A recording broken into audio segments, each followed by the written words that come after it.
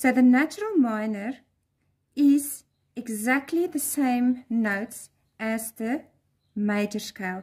It just starts on a different note. So let's take the most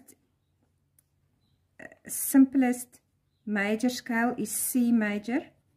So the relevant minor, A minor, will have all the same notes as C major, except that you start and begin on the A and not the C.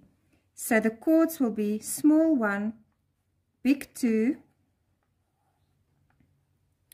no, small 1, small 2, diminished, a big 3, a small 4, a small 5, a big 6 and a big 7, and then a small I.